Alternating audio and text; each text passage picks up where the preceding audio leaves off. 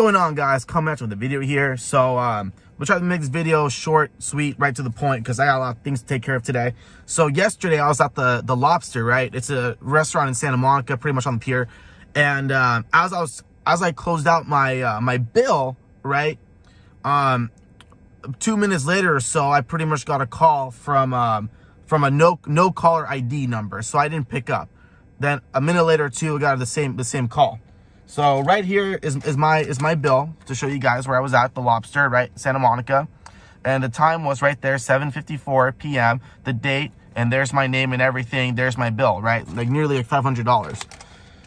So what I thought when I first got the two no caller ID numbers, on the third time I called, because I got this call 4 times. On the third one, I was like, maybe two things crossed my mind. Maybe it's my card trying to call me, saying that they think there was a fraud charge, you know, or two, you know, I have family in France and Mexico, and sometimes when you get a call from international, it shows up as no caller ID, you know. So that was my thought, and I thought there was a family emergency or there was a card charge. So the third time I picked up, it said I was like, you know, hello, and it said this is the Henderson, Nevada detention center, inmate for Brian Moreland. Would you like to receive the call? And I like hung up, you know, and then called again, and the same thing happened. You know, would you like to receive a call? So I said yes, because I was like, you know, I was just curious to see, like, holy shit, like he got arrested, like wow, you know. How true that is, I do not know. I mean, you guys are a bunch of FBI little agents out there, you know, you guys can figure that stuff out, you know, and go from there, you know.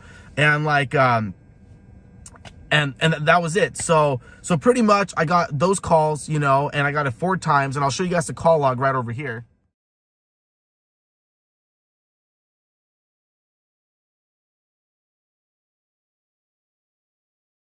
So those are the call logs that you guys just saw. I got 4 no caller ID numbers. First 2 times I didn't bother answering because I thought it was a scam, right? Then the third time I called, and I was like, man, that's kind of bizarre, like 3 times in a row, right? So 2 things crossed my mind. One thing, since I nearly spent $500, I thought my card company was calling me for a fraudulent charge to let me know, you know?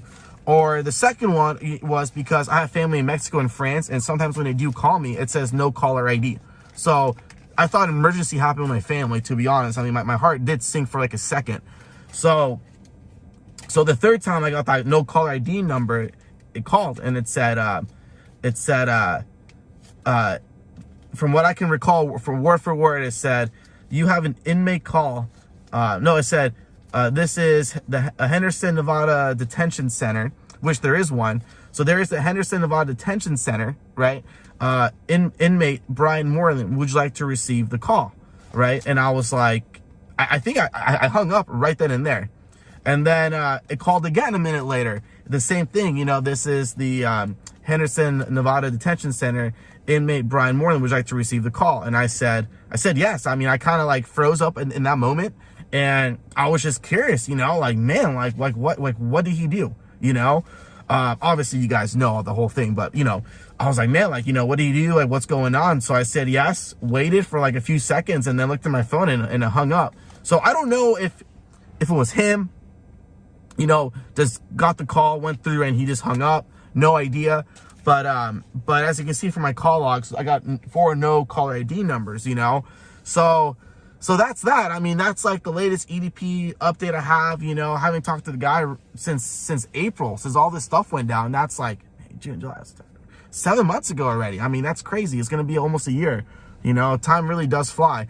But so that's the latest update. I mean, for me, I mean, all what I know is coming from you guys. I mean, you guys are like little FBI agents. I mean, if you want to find out if he's in jail or what he's doing, I mean, people on social media tend to find out what this guy's all about, you know. So that's that. And then for me, I have a friend who, you know, tends to follow up on this stuff.